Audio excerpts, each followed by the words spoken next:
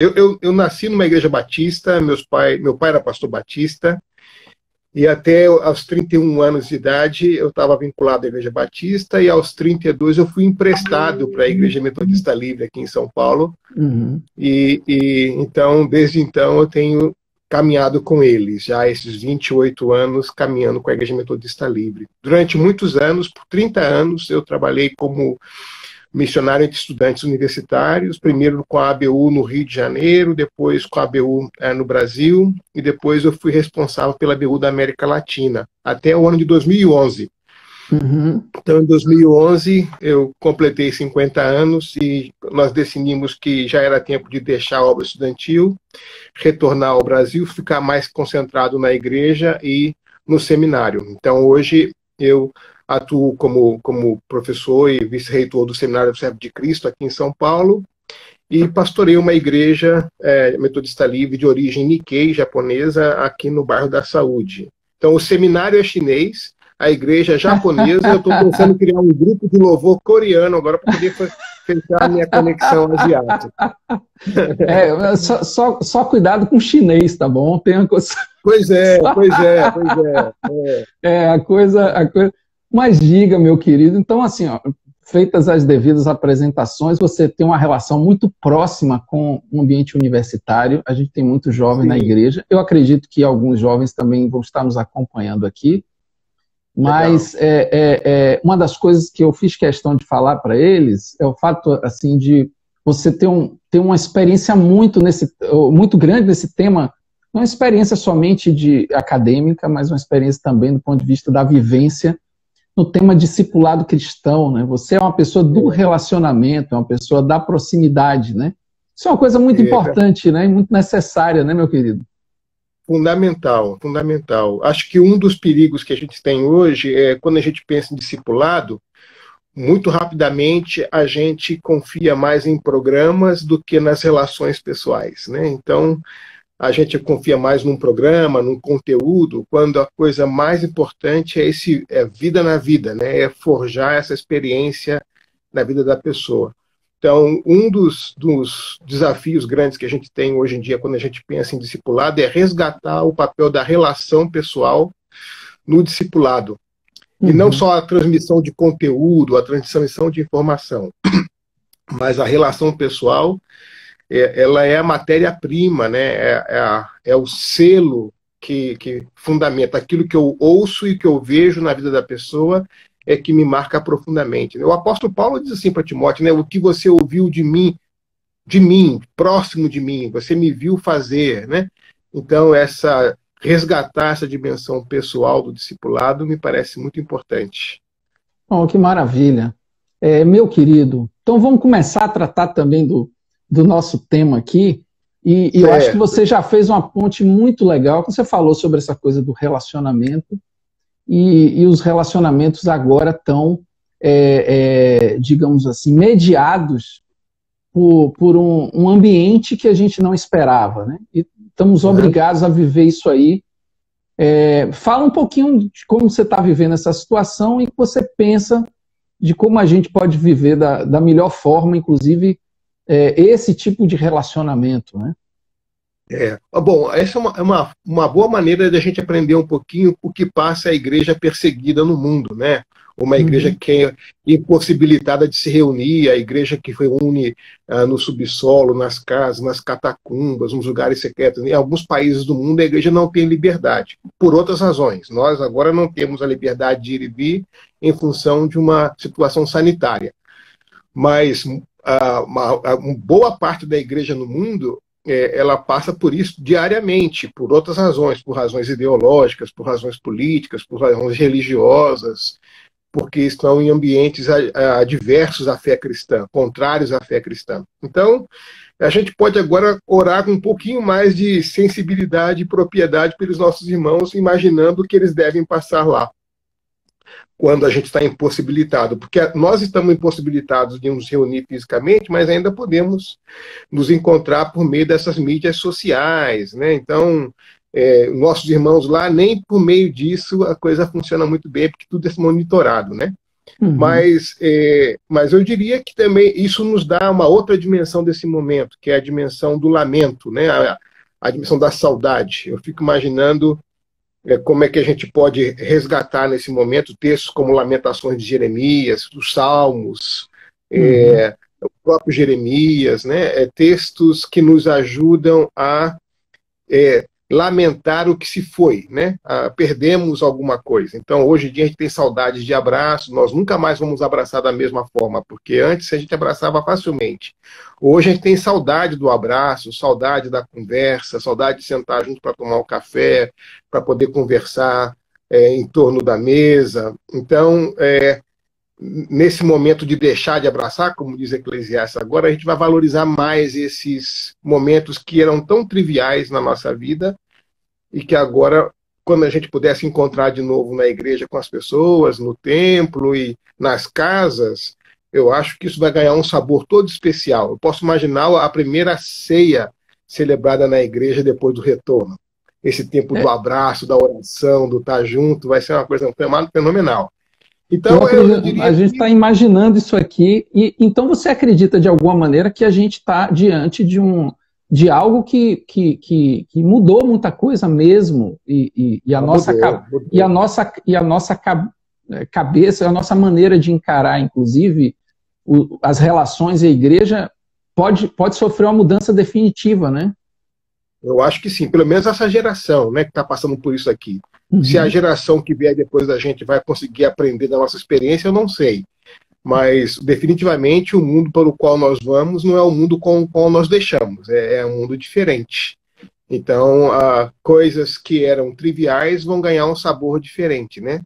Geralmente, a gente sempre lamenta depois que perde, né? Dessa vez, agora, a gente perdeu, mas temos a possibilidade, se Deus permitir, no futuro próximo, após uma vacina, após uma medicação que nos permita voltar a um certo tipo de normalidade. Mas mesmo se nós voltássemos para a mesma contingência de vida, a experiência de ter passado por essa privação já vai ser um componente diferencial na relação que a gente vai ter posterior, eu acho. Olha só, a gente já está indo para um caminho avançado aqui da nossa conversa. Eu vou retroagir um pouquinho para falar para te fazer uma pergunta que talvez você seja uma das poucas pessoas que eu conheço que podem responder.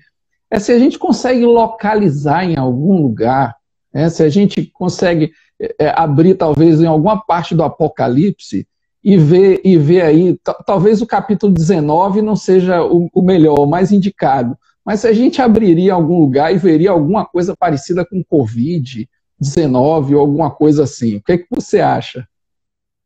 Eu acho que no livro todo, né? Porque o Apocalipse em si mesmo coloca a gente diante de uma realidade muito interessante, porque a vida do cristão está marcada por dois momentos, duas coisas triunfais. Uma é, de um lado, nós temos um túmulo vazio, de outro lado, a gente tem um trono ocupado. Então, essa é a realidade da nossa esperança. Nós temos um túmulo vazio por um lado e um trono ocupado por outro. Então, nós caminhamos na história, não caminhamos como barata tonta, nós caminhamos sabendo que na história há um trono, nesse trono está ocupado, e esse que está ocupando o trono é o único capaz de abrir os livros da história e de dizer o sentido da história. Então, isso nos dá muita esperança, nos dá. Nada vai nos afastar de Cristo, nada pode nos separar do seu amor, ou seja, o que vem pela frente com a gente é mais Cristo ainda, não menos Cristo. Então, o Apocalipse é um livro de discipulado, na verdade. É um livro de. Assim, uma vez que a gente sabe quem vence a história, então como é que a gente vive essa história? Então, uma vez que nós sabemos que o trono está ocupado, que esse trono tem aquele que é único que é digno de abrir os livros, que pode contar o sentido da história, o sentido das nossas vidas, aquele que diante do altar as orações sobem como incenso, que recebe essas orações, aquele que é o noivo que vem casar com essa noiva do capítulo 19, né, contrapondo-se à Babilônia do capítulo 18, você tem o modelo da noiva, então a rebelde e a noiva, então esse noivo que vem ao encontro da sua noiva, né, para essas bodas descritas no capítulo 19, que vai nos levar a uma dimensão de um novo céu, uma nova terra, ou seja, então assim, o Apocalipse é um livro de esperança, um livro de esperança, que seja qual for a tragédia que se abata sobre nós na história, não está além do poder daquele que está no trono. Então é muito bom a gente não esquecer disso em nenhum momento, que nós temos de um lado um túmulo vazio na história e por outro lado um trono ocupado. E essas duas realidades são a fonte da nossa esperança cristã. Não é o Cristo que venceu a morte uma vez, é o Cristo que é o Senhor da história do outro lado. Então, isso nos dá uma forma de enfrentar essa situação sem o pânico da mídia, sem o pânico da história, sem o pânico dos testemunhos, que são reais, são histórias reais, mas nós atravessamos esse mar bravio, revolto, sabendo que o Senhor tem o controle da história. Então, o Apocalipse é um livro todo ele bom para esse momento. Que maravilha! A gente está no momento, quer dizer, nossas lives aqui, a gente está com um tema que tem saltado, que é essa ideia de discernir a necessidade de um discernimento, uma compreensão da situação em que a gente está vivendo, né? Discernindo o nosso tempo. Por que você acha que é importante que a gente tenha essa lucidez, que nós tenhamos essa capacidade de nos localizar, de nos posicionar, digamos assim, no momento que nós estamos vivendo? O que você pensa? Por que você acha que isso seria importante? Olha, a Bíblia manda a gente o tempo todo pensar, né? Eu lembro de Efésios 5, que diz, né? Presta atenção na maneira como vocês estão vivendo, né? Para vocês não viverem como ignorantes, mas como sábios. Ou em Crônicas, 1 Crônicas 22, 12, 32, fala da tribo de Issacar, que sabia como Israel devia agir em toda circunstância. Então, o apóstolo Paulo vai dizer para Timóteo, para aprender a discernir o tempo, que vai vir tempo onde eles não suportarão as sãs doutrinas. Então, assim, há muitas referências bíblicas que nos nos anima a discernir o tempo que nós estamos vivendo, sempre com esse vetor da presença de Deus na história. Então, de outra forma, nós não saberemos que respostas dar a esse tempo, né? Então, para discernir esse tempo, é necessário ouvi-lo atentamente, necessário saber quais são as perguntas que esse tempo levanta, para saber como podemos responder com o Evangelho as perguntas honestas desse tempo, né? Então, a gente precisa aprender a viver. E para aprender a viver, como diz lá o Salmo 90, né? Ensina-me a contar os dias, para que eu possa ter coração sábio, né? Então, que dias são esses? Como é que a gente pode ter um coração sábio nesses dias? Ou Paulo vai dizer lá em Romanos, olha, não vos conformeis com esse mundo. Então, que mundo é esse que eu não posso me conformar? Então, eu preciso entender que mundo é esse para que eu não me conforme a ele, para que eu seja um instrumento de esperança nesse mundo, né? Um sal nesse mundo, uma luz nesse mundo. Então, nós não temos outra escolha a não ser discernir o tempo. E para isso, Deus nos deu a sua palavra, nos deu o seu Espírito, nos deu a sua igreja. Com a palavra e o Espírito e a igreja, nós temos componentes mais que necessários e suficientes para discernir o momento que nós estamos vivendo, né? O Espírito não vai nos conduzir. Eu lembro de, por exemplo, em 2 Timóteo 2, versículo 7, quando Paulo diz assim para Timóteo, medita nessas coisas, porque o Senhor vai te dar a compreensão do resto. Então, a tarefa nossa é meditar no que está acontecendo, para que o Senhor nos dê compreensão do mundo que nós estamos vivendo, né? Então, nós não temos outra possibilidade como cristãos, preocupados com a história, com o Senhor da história, do que debruçar atentamente e com o espírito de oração, tentar discernir o mundo que nós estamos vivendo, o mundo para o qual nós estamos indo, para saber como viver como luzeiros, né, nesse mundo no qual Deus nos manda viver, né?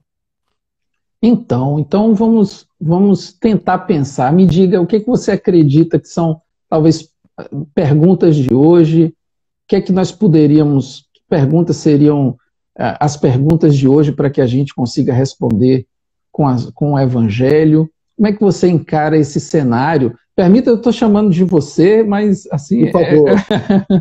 Tá? Desse jeito. Né? Então, que você identifica que seja assim, pertinente, talvez, a gente refletir, que talvez esteja pulsando no mundo de hoje, que tipo de sentimento as pessoas estão tendo. A gente vê no ambiente secular as polarizações, vê no ambiente da igreja alguns posicionamentos, vê a igreja tendo posicionamentos de um lado, talvez sendo um pouco tímida de outro lado. Que tipo de coisas você acredita que são perguntas de hoje que são necessárias a gente atentar para responder com o Evangelho? Eu acho que essa interrupção sanitária, esse vírus, essa pandemia, ela nos dá uma oportunidade de rever algumas coisas fundamentais. Eu acho que, pelo que eu tenho lido e analisado, assim, eu tenho visto que as pessoas estão apontando para 4 coisas importantes. Basicamente apontando para a forma como nós vivemos, que tipo de mudança vai ser necessária, para a forma como nós produzimos a riqueza e como distribuímos a riqueza, a forma como nós consumimos e a forma como nós convivemos. Então, basicamente, o nosso modo de vida está em questão. Então, é uma crise civilizacional. Então, que tipo de mundo será esse? Então, por exemplo, nós estamos aqui há 70 dias em São Paulo sem ir a shopping center. Shopping center em São Paulo é a praia de Paulista. Então, a gente não sabia que conseguia ficar tanto tempo sem ir no shopping center. Mas estamos vivendo sem ir ao shopping center. A gente está aprendendo a viver uma série de coisas que nós não sabíamos. Nós aprendemos, por exemplo, a viver de uma vida mais desacelerada. Aqui em São Paulo, morei em São Paulo há 35 anos, é a primeira vez que eu consigo ver da minha janela estrela, porque o ar está mais limpo, porque tem menos carro na cidade. A quantidade de pássaros que tem cantado de manhã aqui na minha janela aumentou. Eu consigo identificar cantos diferentes. Ontem mesmo, eu estava aqui trabalhando com a janela aberta e vi 3 tipos de borboletas diferentes aqui no meu jardim. Então, a própria natureza está agradecendo esse break, está agradecendo essa parada, essa situação.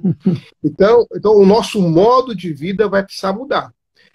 Algumas coisas que nós considerávamos fundamentais, que estamos vendo que não eram fundamentais. Outras coisas que nós não considerávamos fundamentais, hoje a gente acha que é fundamental. Quem é que não quer encontrar um amigo, dar um abraço? Quem é que não quer tomar um café, visitar o pai, visitar o avô, visitar o neto? Coisas que antigamente a gente passava semanas sem fazer. Eu imagino que a visitação nas casas, depois que for possível, vai aumentar bastante, né? Uhum. Então, assim, o nosso modo de vida, a nossa forma de produzir, a nossa forma de consumir, a nossa forma de conviver serão diferentes. E aí a pergunta que a gente tem que fazer é qual é o papel do Evangelho nisso? Uhum. Que aporte cultural a fé cristã nos permite dar para esse novo momento, né? Se a crise é de modelo civilizacional, então qual é o aporte cristão para esse momento? Na história, a gente tem a ação da igreja em outras pandemias no passado, e é muito interessante ver como a igreja agiu com generosidade, agiu com empatia, os ministérios que surgiram desse tipo de coisa, o testemunho que foi dado na história por causa dessas ações da igreja. Então, nós vamos precisar pensar direitinho, né? O nosso modo acelerado de viver, agora um modo diferente, o ritmo de consumo vai ser diferente, a mobilidade vai ser diferente. Nós nunca nos preocupamos tanto em lavar as mãos como agora. Então já estamos aprendendo novos hábitos de higiene, né? Hoje em dia o que nos salva é lavar as mãos e ter uma máscara, por exemplo. Então, para uma cultura... Eu, como sou pastor de igreja japonesa, a gente está acostumado a cumprimentar só se curvando um diante do outro. Então, o abraço não é tão efusivo como é na cultura brasileira. Mas, de repente, vamos nos tornar todos asiáticos, nos cumprimentando como asiáticos, porque por um tempo vai ter que ser assim, né? Eu espero que não, pelo amor de Deus. Pois é. Olha, mas eu acho assim, o nosso modo de vida vai mudar. Vai mudar o modo de vida. Completamente, A pandemia levantou um tapete, né? Por exemplo, as disparidades sociais, as disparidades econômicas, as disparidades sanitárias se evidenciaram de uma forma... Verdade. Então, isso Nós convivemos no Brasil com uma realidade, somos um país de um pouco mais de 500 anos, que temos 100 milhões da população, metade da população brasileira, sem saneamento básico. Como a gente pode conviver com uma coisa assim tanto tempo? Quer dizer, nós somos um país que hospedou Olimpíada, que hospedou Copa do Mundo mais de uma vez. Como é que a gente vai conviver com esse fato que metade da população brasileira não tem saneamento básico? O problema não é dinheiro. O problema é prioridade, né? Então, como é que a gente celebra o nosso crescimento sabendo que metade dos nossos irmãos estão numa situação assim? Agora, numa crise como essa, se eles estão fragilizados, nós também estamos fragilizados. Então, uma das coisas que a pandemia nos ensina é que quando a gente cuida do próximo, todo mundo é cuidado, né? Mas quando eu cuido só de mim, só eu sou cuidado. Mas quando eu cuido do próximo, o próximo cuida do próximo, que cuida do próximo, que cuida do próximo, e isso vai voltar até mim. Então, essa empatia, e aí a fé cristã tem uma contribuição enorme, né? Amar o próximo, né? De orar pelos que perseguem. Então a gente tem toda a ética cristã, judaico-cristã, nos permite oferecer uma gramática para as relações humanas a partir do Evangelho. E a gente pode modelar isso como testemunho cristão na sociedade, né? Então, eu tenho esperança que a gente possa fazer um aporte bom nessa história. Que bom. Então, nesse sentido, você pessoalmente está otimista e vê, assim, tem visto isso como, no fim das contas, algo que vai ser bom. Vai ser bom exatamente porque a gente está deve nutrir essa esperança baseada no espírito do Apocalipse, digamos assim. Eu não uso muito a palavra otimista, porque o otimismo é aquele pensamento que você tem que a coisa vai dar certo, né? Aquele desejo. Eu prefiro usar a palavra esperançoso, porque o esperançoso é quem que constrói, que vai em busca da coisa. Então, enquanto o otimismo pode gerar em nós uma passividade, a esperança não. Então, eu diria um otimismo crítico, ou um realismo crítico, onde a gente tem esperança de caminhar em direção a algo diferente. Não vai vir fácil, vai ser uma construção. Agora, as pessoas esperançosas são aquelas que, de fato, colocam a mão na massa, né? O esperançoso é o agricultor que pega uma sementinha e semeia, e ele espera que o resultado do seu trabalho produza um fruto. Então, ele rega, ele prepara a terra, ele planta a semente na esperança de que vai dar fruto. O otimista fica lá sentado na varanda pensando assim, acho que seria bom plantar alguma coisa, seria muito bom se nascesse aqui uma árvore frondosa. O esperançoso vai lá, compra a semente, prepara a terra e semeia. Então, eu acho que a esperança mobiliza mais a gente do que o otimismo, que é um sentimento meio vago. Mas a esperança é uma característica cristã. A gente vai e constrói esse tipo de coisa, né? Amém. Que legal, meu querido. Agora, me fala um pouquinho aí, você que é uma pessoa que trabalha e fala tanto a respeito de discipulado, nós estamos prejudicados, ou dá para ser um reprodutor, digamos, ou assim, uma pessoa que espalha essa semente do mesmo jeito, essa semente da esperança no coração, e ajuda, inclusive, como o preceito discipular de Jesus, né? Ensinar a guardar as coisas, não só ensinar, mas ensinar a guardar, então precisa estar perto. É possível, se essas situações se repetirem, né? Que a gente está numa situação que, de repente, nós podemos viver outra. Eu acho que uma das coisas que mais desesperam, mais causam assim, inquietação nas pessoas é que a gente pode estar numa primeira, e se tiver uma segunda, se tiver uma terceira, talvez a gente precise realmente se ressignificar. E como é que fica esse trabalho diante disso? Então, eu acho que, começando de trás para frente, tudo indica que pode haver outras ondas de outras contaminações. A gente interferiu tanto no meio ambiente, e o meio ambiente está alterado e isso vai afetar a gente. Então, se não é uma pandemia motivada por um vírus, pode ser algum desastre ecológico, alguma coisa assim, um superaquecimento da Terra, enfim, outras coisas. A gente alterou muito o espaço onde nós vivemos. Então, definitivamente, a gente vai sofrer outras interrupções futuras, é o que parece. No entanto, a esperança é a nossa mola mestra. As misericórdias do Senhor se renovam a cada manhã e isso nos dá a esperança de cada dia sair para viver novamente a vida que o Senhor nos dá para viver. E nessa questão do discipulado, eu acho que o mais importante de novo, resgatar a dimensão da relação. Por que eu quero dizer isso? Às vezes a gente acha que o discipulado se limita a transmitir um conteúdo de uma pessoa para outra.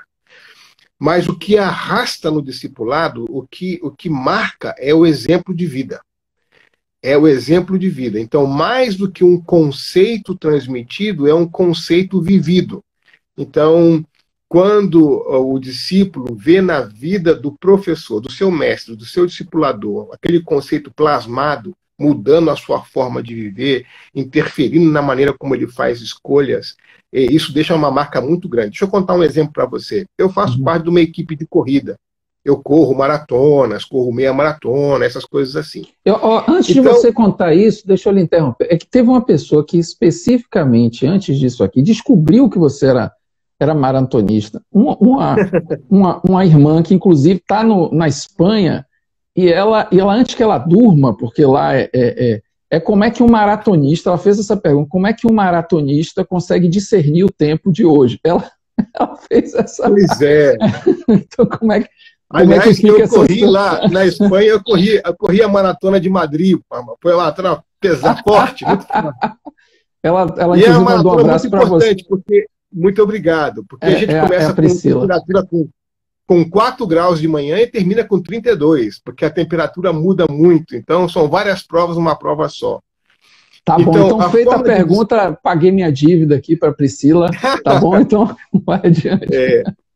Então, a gente precisa discernir mesmo o ritmo, discernir o tempo, porque é importante.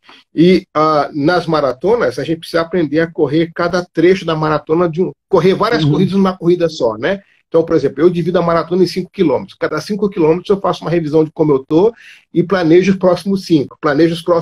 Então, de 5 em 5 até chegar lá aos 42, 195. Mas desse jeito.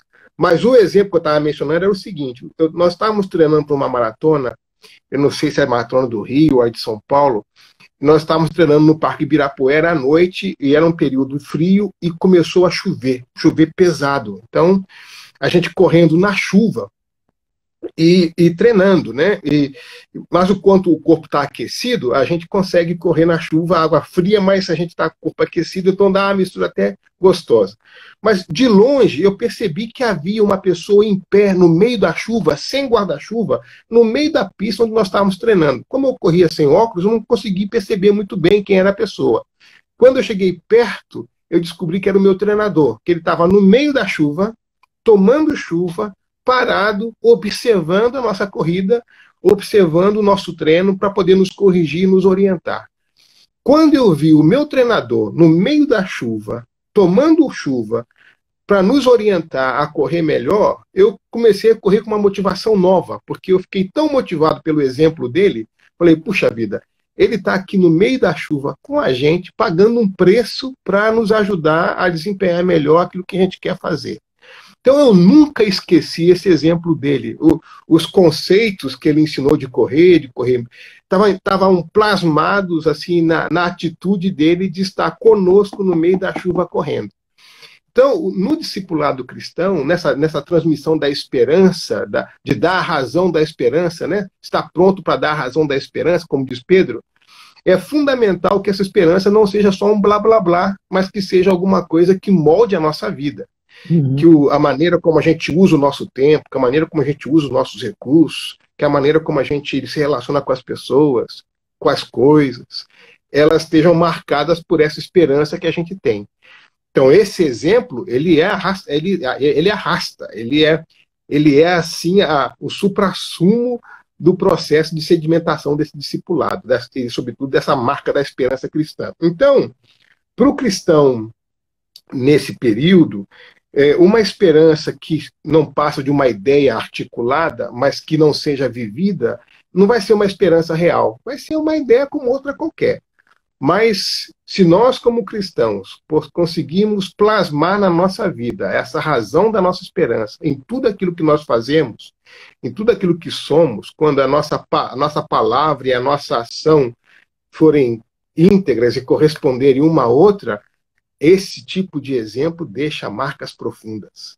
Então, é um grande desafio para a gente, nesse mundo de muito blá, blá, blá e pouco compromisso, a gente marcar essa diferença de uma fé que se transforma em passos, em abraços, em palavras, em escolhas, em forma e modo de vida, né? Meu querido, será que a crise que a gente vive, eu acho que a gente vive uma crise de autoridade, não é muito porque também vivemos uma crise de exemplo? Ah, com certeza. Eu costumo dizer assim, a minha amiga corredora Selma Bender passou aqui agora, uma corredora fabulosa, grande amiga. Uhum. Então, eu sempre costumo dizer assim, que uma autoridade desprovida de exemplo está desprovida de autoridade. Vou repetir. Uma autoridade desprovida de exemplo está desprovida de autoridade. Uhum. Porque você não vê integridade entre a sua responsabilidade de mando com a sua vida. Então, alguém que me manda fazer e diz assim, faça o que eu digo, mas não faça como eu faço, eu digo assim, por quê? Mas quando eu vejo a pessoa dizer, faça como eu faço, aí eu vejo a pessoa fazendo, digo assim, opa, aqui é algo importante, aqui tem algo que eu preciso aprender aqui, né? Pelo exemplo da pessoa. Eu queria que você contasse, foi uma coisa que me marcou bastante no dia da CEPAL, né, que a gente teve uma oficina contigo, você falou do motivo que fez você começar a correr. Tem muito a ver com discipulado também, não tem?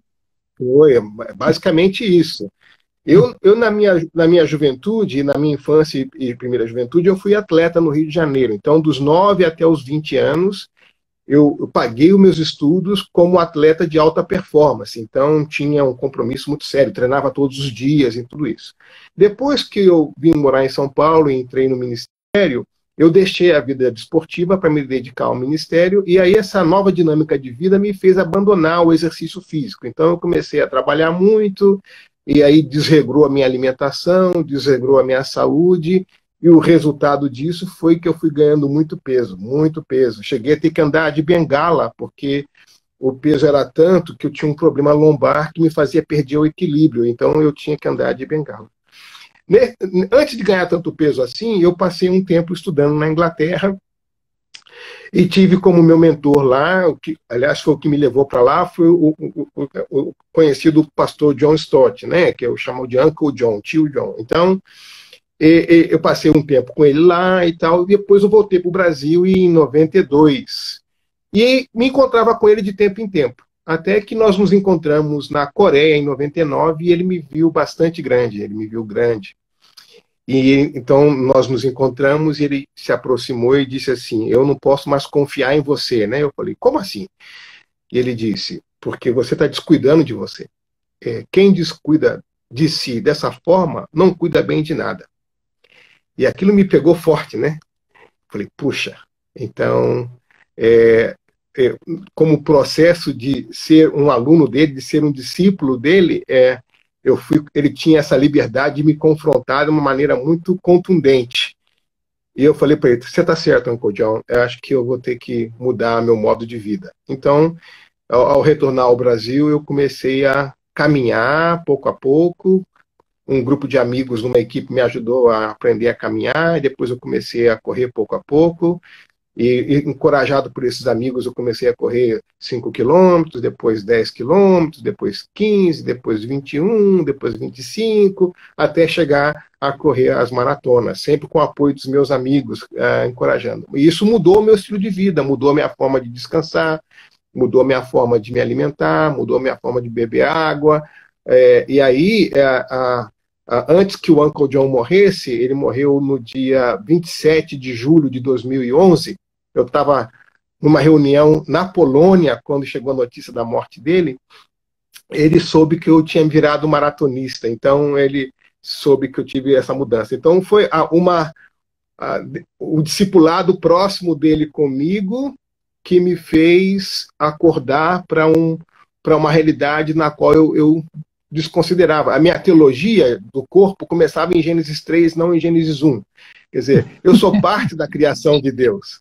E como parte da criação de Deus, eu tenho que cuidar da minha saúde. Não é vaidade, é zelo, é mordomia. Eu sou parte da criação de Deus. Eu preciso cuidar dessa criação, como eu cuido assim do jardim aqui em casa, como eu cuido dos meus filhos, tenho que cuidar também de mim. E o que aconteceu foi que, ao mudar o meu modo de vida, muitos membros da minha igreja viram esse processo de transformação e se animaram também a cuidar deles. Então, eu tenho várias pessoas da minha igreja que correm também, que fazem outras atividades, natação, bicicleta, mas passaram a cuidar. E eu fiquei impressionado de ver o impacto que isso teve sobre a igreja, de promover mais saúde para as pessoas. Aliás, a minha igreja está no bairro da Saúde, aqui em São Paulo, então não podia ser outra coisa a não ser promover saúde, né? Meu querido, olha só, que coisa interessante.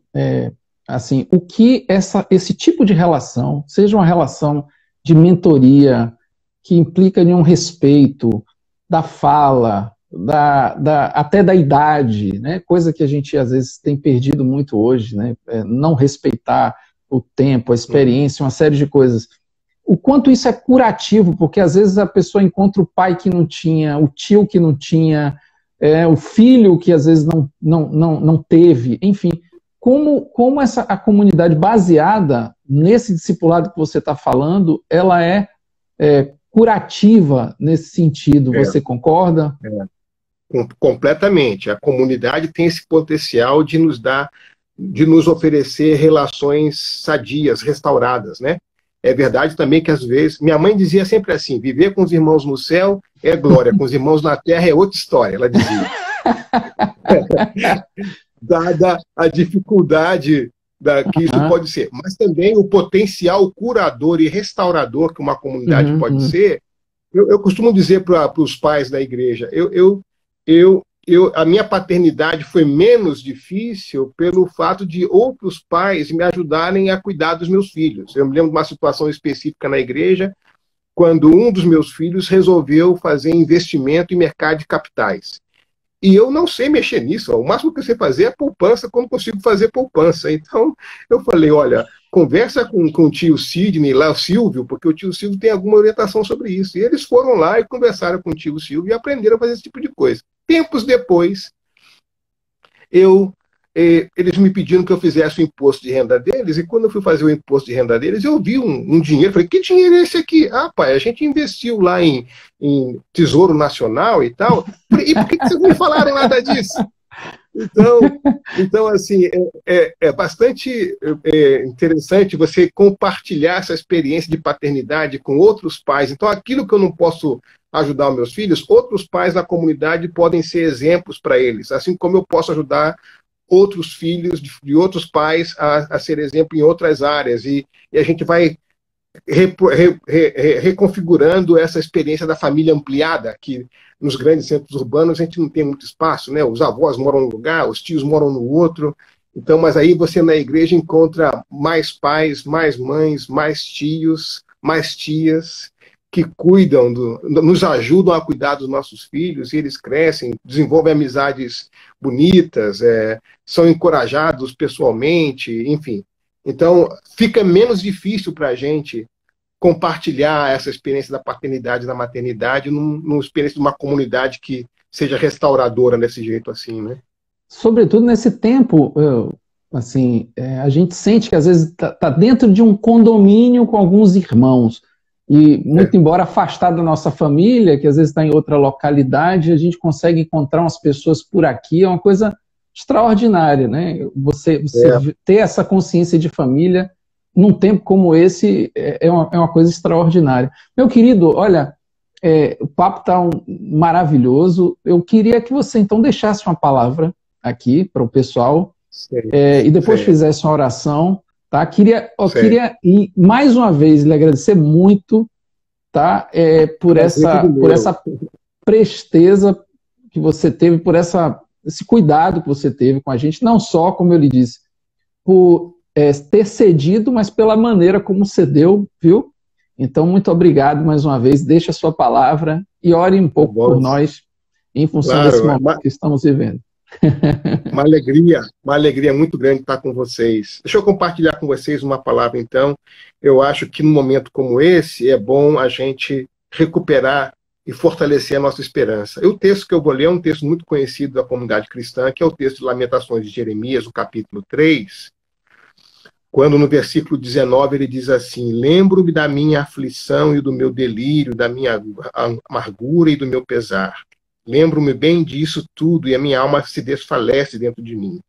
Todavia também lembro-me do que me pode dar esperança. Então, ele olha para a realidade de destruição de Jerusalém, ele lembra da aflição, do delírio, da amargura, isso lhe abate a esperança. Abate a alma, desfalece a alma.